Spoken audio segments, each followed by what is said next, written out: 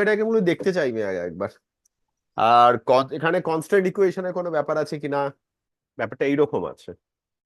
Capital M এর ফ্রিবডি diagram আঁকছি, reference হচ্ছে পুলি এ, এমজি নিচে, টেনশন উপরে, ধরে নাও অ্যাক্সেলারেশন a1। তাহলে আমি লিখতে পারি mg minus T is equal to ma1। এবার পুলি বি যেহেতু মুভিং, যখন মুভিং পুলি হয় আমরা তার একটা ছোট ফ্রি বডি ডায়াগ্রাম এঁকে নিই সাধারণত। এইদিকে টি, এইদিকে টি, এইদিকে ধরে নাও টি ড্যাশ। পুলিটা যেহেতু মাসলেস তাই জন্য T dash is equal to twice T. যদি অ্যাক্সেলারেশন থাকতো তাহলে অন্য কিছু করতে হতো। এই যদি পুলিটার মাস থাকতো তাহলে অন্য কিছু করতে হতো। কি করতে হতো? পুলিটার আবার অ্যাক্সেলারেশন ধরে নিয়ে এগোতে হতো। এবার টু এম এরও with respect to ground, two m g নিচের দিকে নর্মাল রিয়াকশন, টু টি হবে ডান দিকে, টি ড্যাশ টু টি, এটাকে বললাম a2। তাহলে two t is equal to two m a2। এটা একটা ইকুয়েশন, এটা একটা ইকুয়েশন, তিনটে আননোন, দুটো ইকুয়েশন। 3 নম্বরটা কোথা থেকে পাবো? কনস্ট্যান্ট মোশন থেকে। কনস্ট্যান্ট মোশন কিভাবে ইউজ করতে পারি আমি? এই লেন্থটাকে ধরো এক্স, এই লেন্থটাকে ধরো ওয়াই, তাহলে নিচের লেন্থটাও ওয়াই। তাহলে X plus twice Y equal to L. একবার যদি ডিফারেন্সিয়েট করি X plus twice Y dot equals to zero, দুবার করলে X double dot plus twice Y double dot equals to zero. এবার দেখো এক্স ডবল ডট কি, X double dot কোনো doubt নেই a1। ওয়াই ডবল ডট কি? Y double dot হচ্ছে এই পুলিটা, দুটো পুলির মধ্যে যে লেন্থটা সেইটা কত অ্যাক্সিলারেশনে কমছে ডিস্টেন্সটা। এবার ভাবো পুলি বি যেই অ্যাক্সিলারেশনে যাবে, টুয়াইস এম ও সেই অ্যাক্সিলারেশনে যাবে, কারণ দুটো একটা দড়ি দিয়ে কানেক্টেড। তার মানে পুলি বির যে অ্যাক্সিলারেশন টুয়াইস এম এরও তাই অ্যাক্সিলারেশন। টুয়াইস এম এর কত অ্যাক্সিলারেশন? a2। তাহলে বি এরও নিশ্চয়ই অ্যাক্সিলারেশন a2। তার মানে ওয়াই ডবল ডট নিশ্চয়ই a2। তাহলে a1 plus twice a2 equals to zero. তাহলে মড নিয়ে নিলে a1 is equal to twice a2। ঠিক আছে, এবার বসিয়ে দাও। a2 এর জায়গায় আমি a1 বসিয়ে দিই। বসিয়ে দিলে twice T is equal to M a1 পাচ্ছি। আর অন্যটা কি আছে? M G minus T is equal to ma1। তাহলে আমি লিখতে পারি M G minus T is equal to twice T. এখান থেকে পাচ্ছি T is equal to mg by 3। T যদি mg বাই 3 হয়, প্রথমটাতে পুট করে দাও, a1 is equal to 2t by m, মানে টুয়াইস mg বাই 3m, মানে a1 is equal to twice g by 3। তাহলে a2 কত? a2 হচ্ছে a1 বাই 2, মানে a2 হচ্ছে g বাই 3। সব বেরিয়ে গেল আমার। যদি অঙ্কটাতে মনে একটা এক্সট্রা একটা জিনিস বার করতে বলেছে, যে এই এ পুলিতে কত রিয়াকশন ফোর্স টোটাল, ক্ল্যাম্পটাতে টোটাল ফোর্স কত, ওই ক্ল্যাম্পটাতে আঁকা যাক পুলিটাকে। এইভাবে আটকানো আছে পুলিটা। ক্ল্যাম্পটা আঁকবো না অবভিয়াসলি, যখন আমি ক্ল্যাম্পের ওপর ফোর্স বার করব। করে নাও ক্ল্যাম্পের ওপর ক্ল্যাম্প ফোর্স দিচ্ছে এফ, ডাইরেকশনটা আমি ইচ্ছে করে এদিকে এখন নিলাম, পরে দেখা যাবে।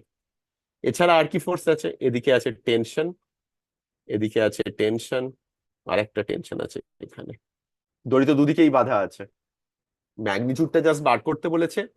নেট ফোর্স দেখো ইজিলি আমি বলতে পারি f is equal to root over of twice t whole square plus t square. কি করে? টেনশন গুলো মানে হরিজন্টাল ডিরেকশনে নেট ফোর্স কত? 2t, আর ভার্টিক্যাল ডিরেকশনে টি, তাহলে নেট এর ফোর্স কত? Root over of twice t whole square plus t square is equal to root over of 5t। তাহলে এটা রুট ওভার অফ 5t। এই ফোর্সটাকে ব্যালেন্স কে করছে? ক্ল্যাম্পটা যে ফোর্সটা দিচ্ছে, এই এফ। তার মানে এফ নিশ্চয়ই, এফ এর ম্যাগনিটিউড হচ্ছে রুট ওভার অফ 5t। অ্যাঙ্গেলটাও তুমি অ্যাকর্ডিংলি বার করে ফেলতে পারবে। এবার টিটা এখানে বসিয়ে দিতে হবে অবভিয়াসলি ফাইনাল আনসার বার করতে গেলে। এবার একটা কথা খালি বলি, এসি ভার্মায় এই প্রবলেমটার লাস্ট পোর্শনটা যেটা, যেখানে ওই ক্ল্যাম্পে ফোর্স বার করতে বলেছে, ওই উত্তরটা কিন্তু ভুল আছে। অ্যাকচুয়ালি ভুল বলা যায় না, তার কারণ হচ্ছে আমরা এখানে যেটা বার করলাম এটা হচ্ছে net force on the clamp. নিচের দড়িটা তো ক্ল্যাম্পের সাথেও বাঁধা আছে। এটা আমি একটু অন্যভাবে বলি, এটা শুরু থেকে বলি, নাহলে এটা ভুল, মানে বোঝাটা ভুল হয়ে যাবে। আমি আবার করছি এই জায়গাটা। এইবারে সি পার্টটা আমি আসি। কি বলেছে, ক্ল্যাম্পটা পুলিকে কত ফোর্স দিচ্ছে। আমি যদি পুলির ফ্রি বডি ডায়াগ্রাম আঁকি, পুলির এদিকে একটা টেনশন, ওদিকে একটা টেনশন। এই ছবিটা একটুখানি গোলমাল আছে, তাই জন্য একটু বুঝতে অসুবিধা হয়। আমি আমার নিজের ছবিটায় ফিরে যাচ্ছি। এই যে দড়িটা ঘুরছে, পুলি বি দিয়ে ঘুরে এসে এই দড়িটা ক্ল্যাম্পে ফিক্সড আছে। তাই নিচের দড়িটাকে আমি ধরতে পারি যে পুলিকে কোনো ফোর্স দিচ্ছে না। এই যে দড়িটা ঘুরে গেছে না, ঘুরে যে ফিরে এসছে, ওটার পুলিতে লাগানো নেই, ক্ল্যাম্পে লাগানো আছে। আমি যদি ক্ল্যাম্পের ওপর টোটাল ফোর্স বার করতে যাই, তাহলে নিচের দড়িটারও টেনশনটা নিতে হবে। কিন্তু পুলির ওপর নেট ফোর্স যদি বার করতে যাই, আর সেখান থেকে যদি আমি বার করতে যাই যে ক্ল্যাম্প পুলিকে কত ফোর্স দিচ্ছে, তাহলে নিচের দড়িটা নেওয়ার দরকার নেই, কারণ নিচের দড়িটা কিন্তু পুলির সঙ্গে লাগানো নেই। তাহলে পুলির ওপর টেনশন টেনশন, আর ক্ল্যাম্প হয়তো একটা ফোর্স দিচ্ছে এফ। আমি যদি ক্ল্যাম্পের ফ্রি বডি ডায়াগ্রাম আঁকতাম, তাহলে কিন্তু হতো এইরকম একটা ফোর্স এফ, যেটা পুলি ক্ল্যাম্পকে দিচ্ছে, আর এইদিকে একটা টেনশন। বোঝা যাচ্ছে আমি কি বলতে চাইছি এটা? এবারে জিনিসটা সহজ। এফ ইকুয়ালস টু কি হয়ে যাবে, জাস্ট √2t। টি তো আমার বেরিয়ে গেছে, কত বেরিয়েছিল, mg/3, তাই তো? √2 mg/3 কত বেরিয়েছিল টেনশন, mg/3। এখান থেকে ফোর্সটা বেরিয়ে যাবে।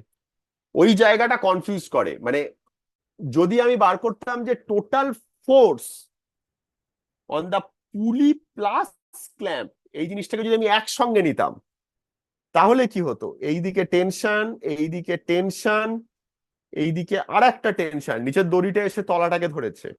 আর এই ক্ল্যাম্পটা তো আবার টেবিলের সাথে ফিক্স, তাহলে টেবিলটা একটা ফোর্স দেবে এফ, এফ ড্যাশ বলি। সেই এফ ড্যাশ কিন্তু হতো √5t। পুলিটার সাথে একটা এরকম জিনিস লাগানো আছে, যেইটা দিয়ে আবার টেবিলে ফিক্স করা আছে।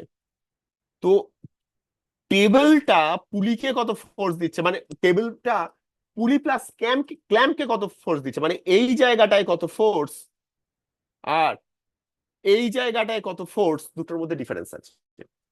ব্লু জায়গাটায় কত ফোর্স, সেইটা অঙ্কটাতে বার করতে বলেছে, যেটা হচ্ছে এই √2t।